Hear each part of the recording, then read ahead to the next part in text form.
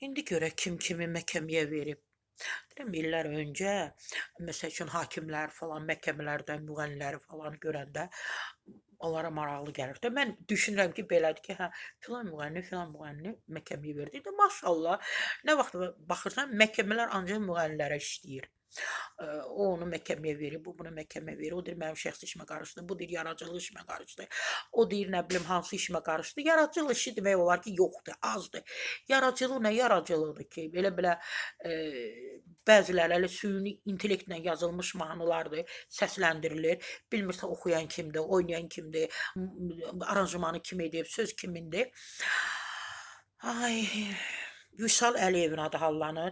Vəfa Şərifovanın bu məhkəmə ilə bağlı verilişlərin birində qonuğu olan Vüsal Əliyev deyib, belə açıqlama verib ki, Şərifovanı məhkəmə ilə hədələyib Vüsal. Onu Vəfanı qanun qarşısında cavab verməyə dəvət etmək istəyirsə, onların duet oxuduqları Ömrüm mahnısı ilə bağlıdır. Aralarında yaranan soyğu səbəbindən Vüsal Əliyev sənətçiyə sözü gedən mahnını təklikdə oxumasını qadağan edib. Bir yerdə əziyyət çəkiblər, bir yerdə studiyada səs yazdırıblar, bir yerdə nə bilim söz əzbərləyiblər, həyəcan keçiriblər. İndi Vüsal Əliyev konkret olaraq deyib ki, oxumağa icazə vermir.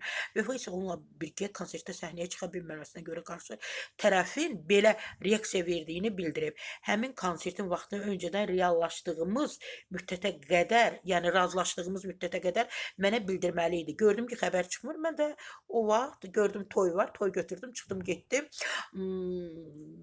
Bilirəm ki, o başqa xanımla da, yəni belə deyir də, səhnəyə çıxacağını bilirəm.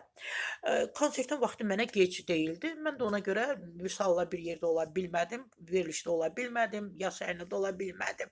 Bax belə məhkəmələr, məhkəmələr, məhkəmələr.